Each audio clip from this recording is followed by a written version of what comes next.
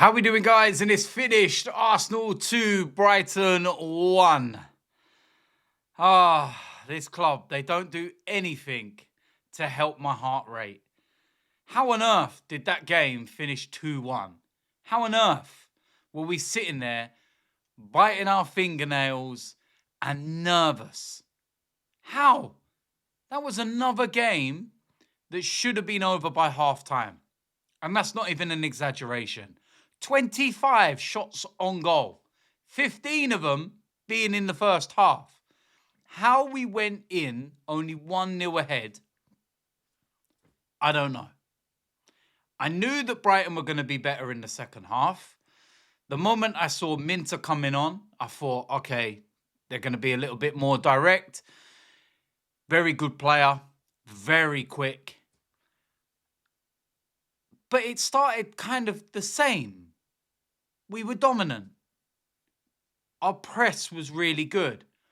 It looked like we were playing in a similar way to what we had been, many weeks ago. The way that we suffocate teams and we don't let them get out, and really dominant.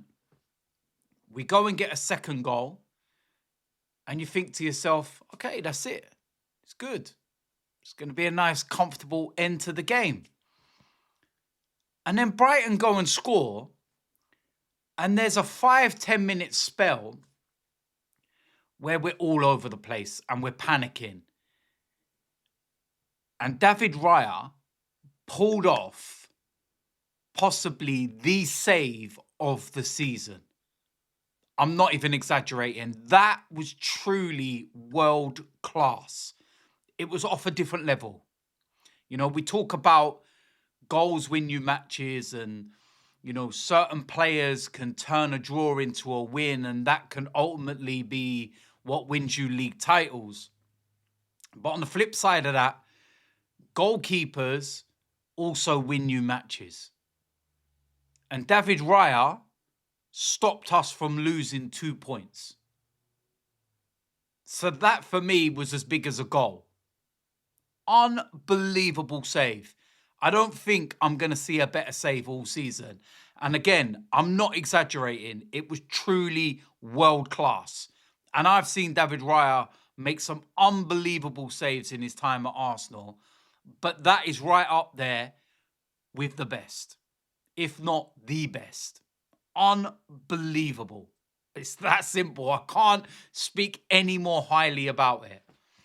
And that ultimately is what helped us win that game. And then after that, we have Gabriel come on. Hencape moves to the left-hand side. And we look solid again. We look more controlled. We look like we're dominating. And after that, opportunity that Brighton had, they didn't have another opportunity.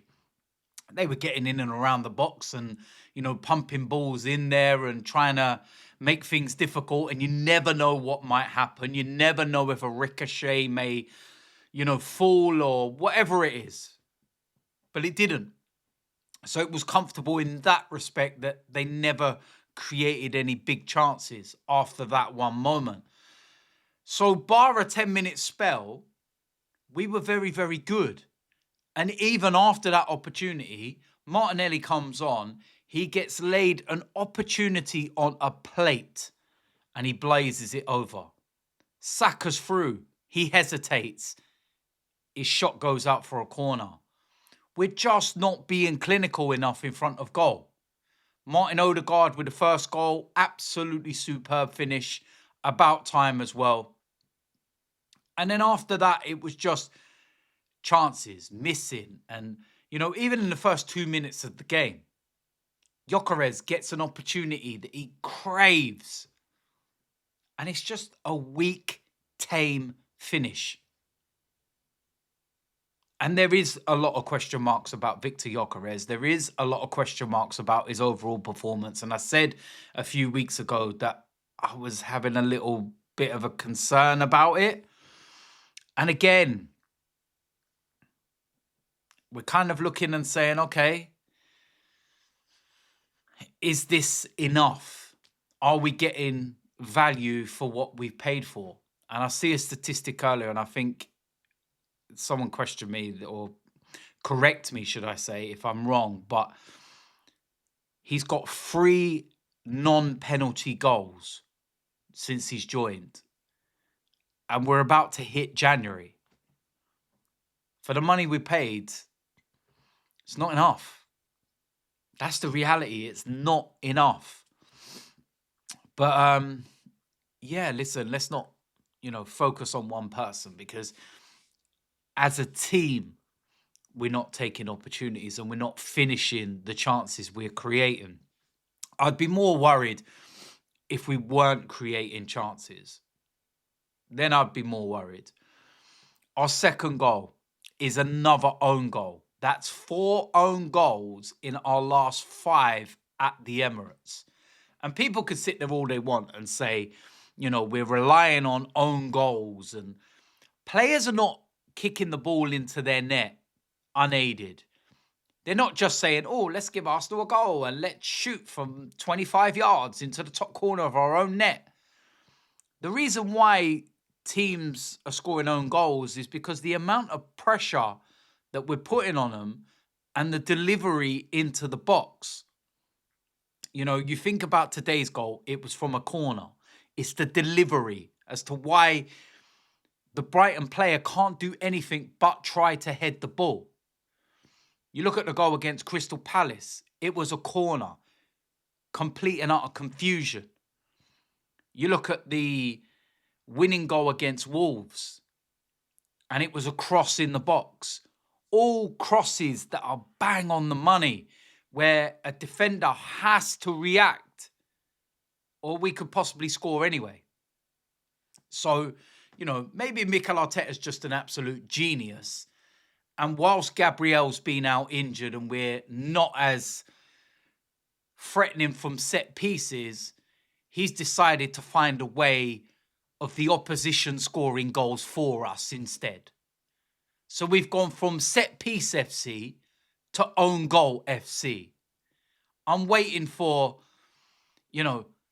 league tables to be put within the mainstream media this week as to where teams would be without own goals. In the same way that they've done tables as to where teams will be without set pieces. So always when it involves Arsenal, they have to find something new. Where's the narrative? I haven't long been back from the game, so I haven't seen lots of, the match reactions from pundits and the media and whatever, but I look at our game and we win 2-1, and I look at Man City's game and they won 2-1, and I actually watched that game before our game. And Man City should have been down to 10 men. Man City's second goal should have been disallowed for a foul on Morgan Gibbs-White. They scraped through, but I can guarantee all the talk over the next day or so from the media will be, well, that's what champions do. If you want to win the league, that's what they do. Then I look at us and another 2-1 win.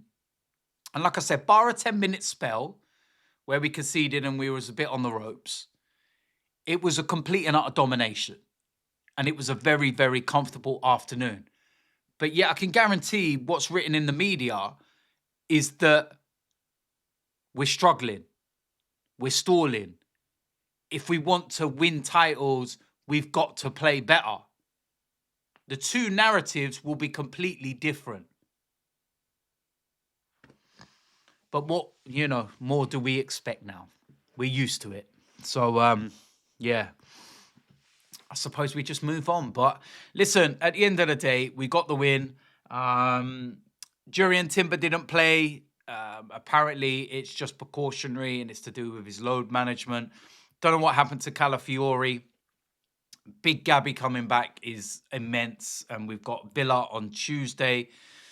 And that would be a big game because they've just beaten Chelsea. So, yeah, huge game. But one piece of news, with regards to that game is that Matty Cash and Kamara, who are two very big players for Aston Villa, they're both suspended for the game for picking up their 5th yellow cards. So they won't be involved and they are going to be massive misses.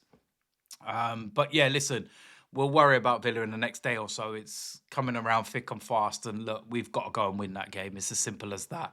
Man City are playing away to Sunderland on Thursday, I think it is. So we've got the opportunity of playing first, stretching the lead and putting the pressure onto them. Whereas the last couple of weeks, Man City have played first, won their game and said, right, Arsenal, what can you go and do?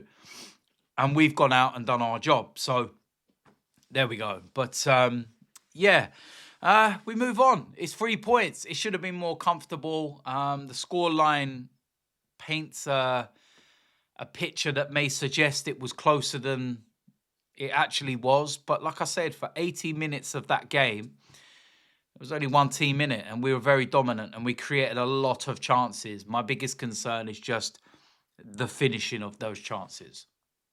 So, yeah, we'll wait and see what happens. But there we go. So you know what to do if you haven't already. Let me know in the comment section and all the rest of it. Like, subscribe, comment, and I will see you lot very soon. I'm out of here.